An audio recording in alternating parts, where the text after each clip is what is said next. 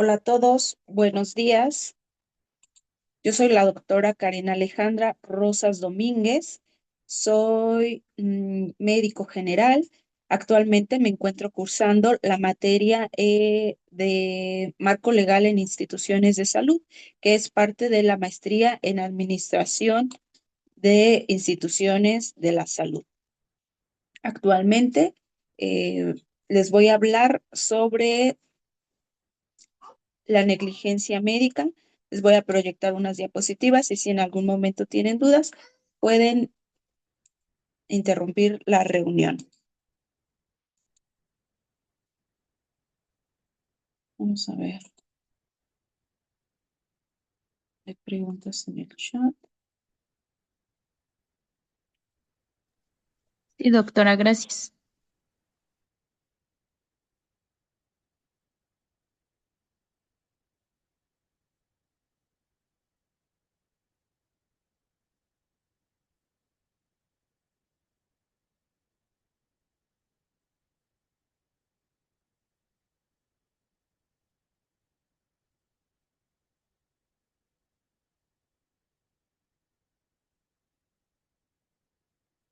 Ahí se ven las diapositivas. No, doctora. Ok.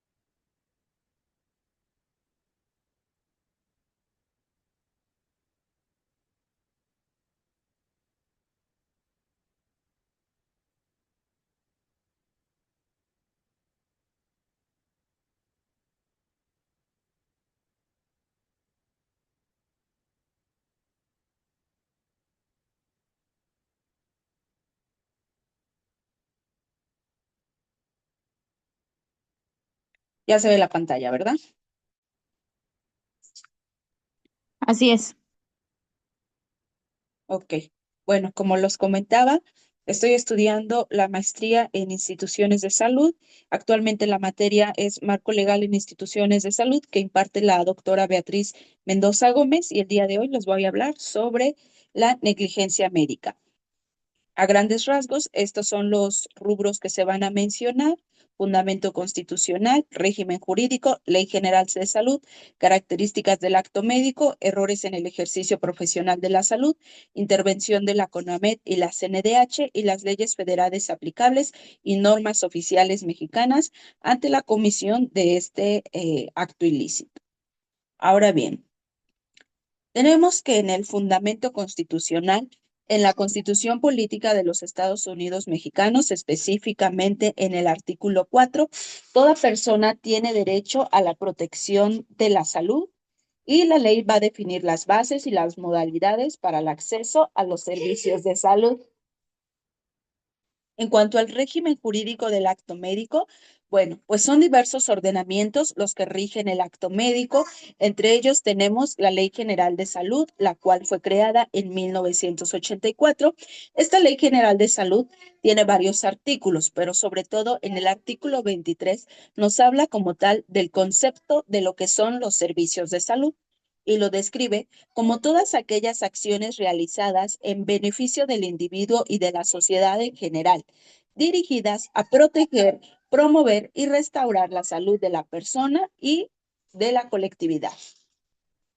Ahora bien, la Ley General de Salud en el artículo 24 nos habla sobre los servicios de salud y estos servicios de salud los clasifica en tres: servicio de salud de atención médica, es decir, todas aquellas acciones donde se están involucradas para llegar a algún diagnóstico, una clínica médica, maternidad, algún tipo de cirugía, atención ambulatoria, etcétera.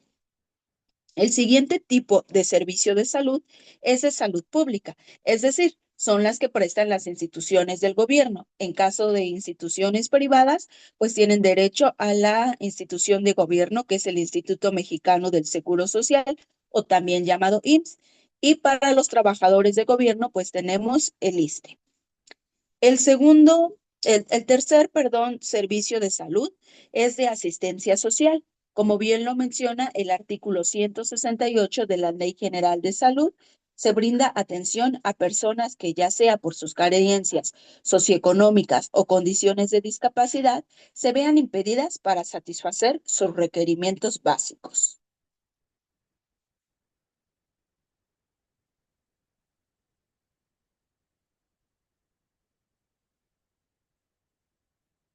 Ahora bien, las características del acto médico. El acto médico debe tener ciertas características, sobre todo profesionalidad, ejecución típica estandarizada y la licitud. En cuanto a profesionalidad, esto se refiere a que solamente el personal de salud que esté debidamente entrenado podría realizar la asistencia médica, así como bien lo menciona la Ley General de Salud en su artículo 79. Esto quiere decir que no cualquier persona puede ejercer la medicina, solamente aquellos que están preparados y que están certificados con una cédula y un título. La siguiente característica del acto médico se refiere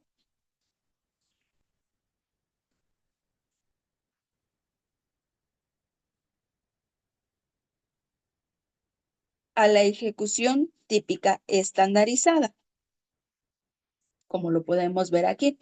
Esto quiere decir que los profesionales de salud deberán prestar atención médica bajo estándares reconocidos y ya validados previamente por la ciencia médica. La tercera característica es la licitud.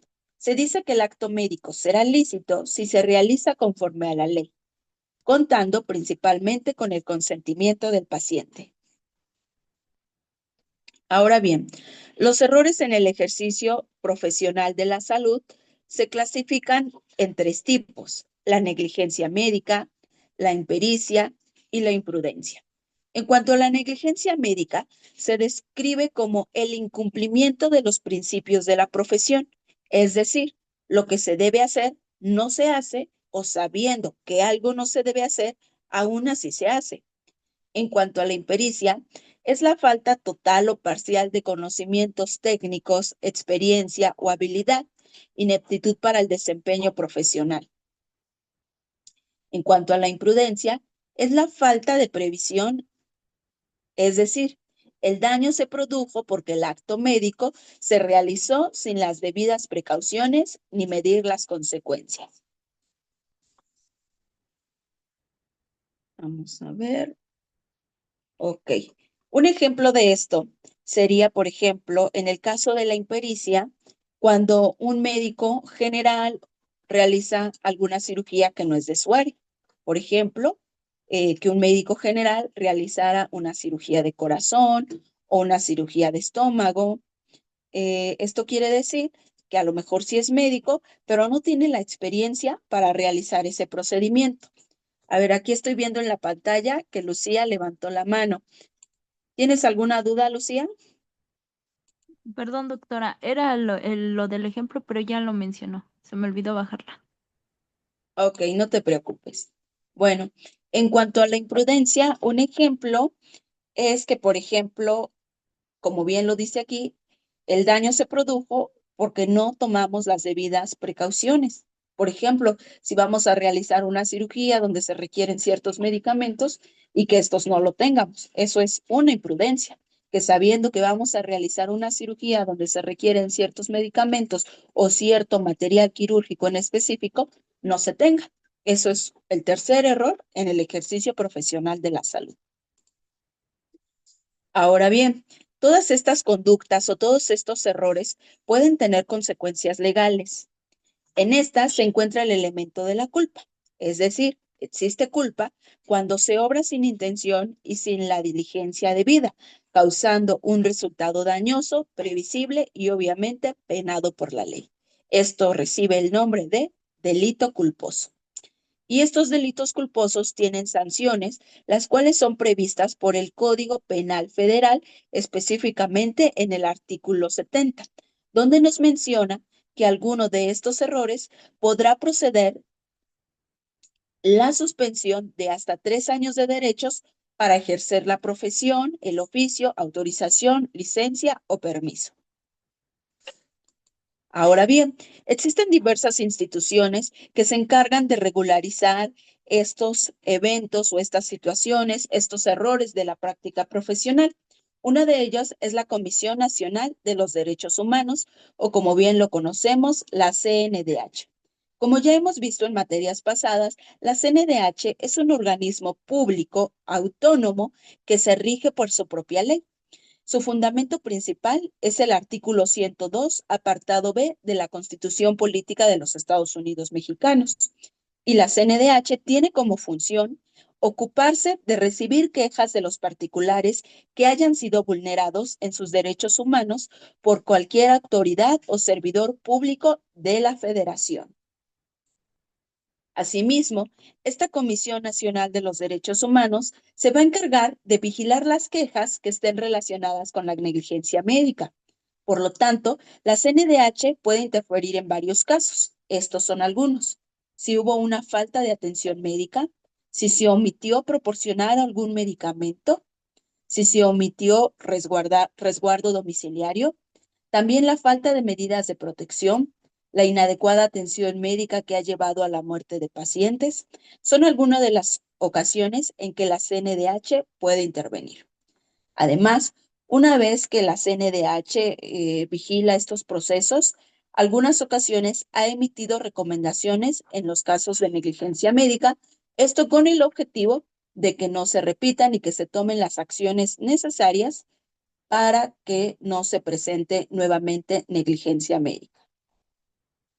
Otra de las instituciones que también nos apoya o regula estos casos de negligencia médica es la Comisión Nacional de Arbitraje Médico, mejor conocido como CONAMED. Recordemos que la CONAMED es una institución que pertenece a la Administración Pública Federal, pero es desconcentrada de la Secretaría de Salud. Por lo tanto, se va a regir por su reglamento de procedimientos para la atención de quejas médicas y gestión pericial de la Comisión Nacional de Arbitraje Médico. La CONAMED tiene como finalidad contribuir a resolver de la manera más pacífica y respetuosa las controversias que se lleguen a presentar entre el servicio médico y el usuario o el paciente. Obviamente siempre velando por la protección de la salud. A la CONAMED se le atribuyen algunas cosas como recibir quejas de los usuarios, investigar presuntas irregularidades en la prestación de servicios médicos y emitir sus propios acuerdos y resoluciones sobre los conflictos que se plantean. Aquí tenemos de manera general cómo es el proceso de atención de la queja médica. Tenemos que consta de 3 etapas, una área de orientación, una área donde se trata de conciliar y una área de arbitraje. En la área de orientación es la gestión inmediata, va a haber una consultoría, una orientación, se da una asesoría especializada con salas de consultoría, tanto el médico como el abogado. En la segunda etapa, pues se trata de conciliar, como bien lo dice, y en la tercera etapa, pues dependiendo del arbitraje que considere la CONAMED y bajo el resultado de las investigaciones que se realizaron, vamos a llegar al laudo. Finalmente, tenemos algunas leyes federales que se aplican en estos casos y también algunas de las normas oficiales mexicanas que más debemos tener en cuenta nosotros como personal de la salud. Una de ellas es la norma oficial mexicana, la NOM 04 del 2012, la cual nos habla del expediente clínico. Esta es una de las normas más importantes que debemos tener en cuenta, ya que en esta norma nos dice todas las características que debe de tener nuestro expediente clínico. Cada hoja que debe de ir foliada con el nombre completo del paciente y la fecha de nacimiento como requisito de identificación mínimo. Así también los procedimientos que deben ir plasmados, la medicación que debe ir plasmada, todo lo que se le haga al paciente debe ir plasmado en este expediente clínico, el cual debe estar ordenado, sin tachaduras, sin enmedaduras, y pues también nos pone una serie de rasgos que debemos cumplir para que sea un adecuado expediente clínico. Recordemos que teniendo un adecuado expediente clínico, pues ahí podemos deslindarnos de varias responsabilidades que pudieran llegar a acusarnos. Entonces, esta norma es indispensable que la leamos a detalle. Nos dice cuánto tiempo se debe guardar el expediente, qué datos debe de llevar y muchas cosas sobre las notas, los laboratorios, todo lo que debe ir plasmado y lo cual es de gran ayuda para el ejercicio médico. También tenemos algunas otras leyes federales, como por ejemplo el Código Penal Federal de México, específicamente de los artículos 228 al 230, donde nos habla sobre la atención de los pacientes. Específicamente es de importancia recalcar el artículo 228, donde nos establece que los profesionales, artistas, técnicos y sus auxiliares son responsables de los delitos que se cometan en el ejercicio de su profesión. Asimismo, volvemos a mencionar nuevamente la Ley General de Salud, pero ahora en el artículo 469, donde nos dice que se impondrá una pena a los profesionales de salud que se nieguen a prestar atención médica a una persona que se encuentre en un caso de urgencia. La pena para este delito, aunque pudiera parecer simple, llega a ser desde 6 meses hasta 5 años de prisión y una multa. Pues de manera general, esas son los datos más importantes que debemos de tener en cuenta, las definiciones, la bibliografía que debemos de tener en cuenta. Aquí yo les dejo la bibliografía de donde tomé la información y si no hay más preguntas, pues eso sería todo. Les agradezco a todos por conectarse. Muchas gracias por su atención. ¿Alguien tiene alguna duda? No, doctora, ninguna. Muchas gracias.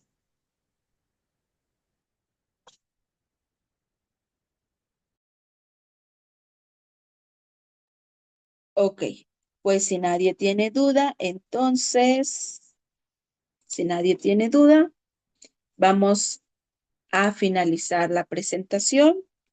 Muchas gracias por su atención. Buenas noches. Gracias, doctora. Hasta luego. Hasta luego.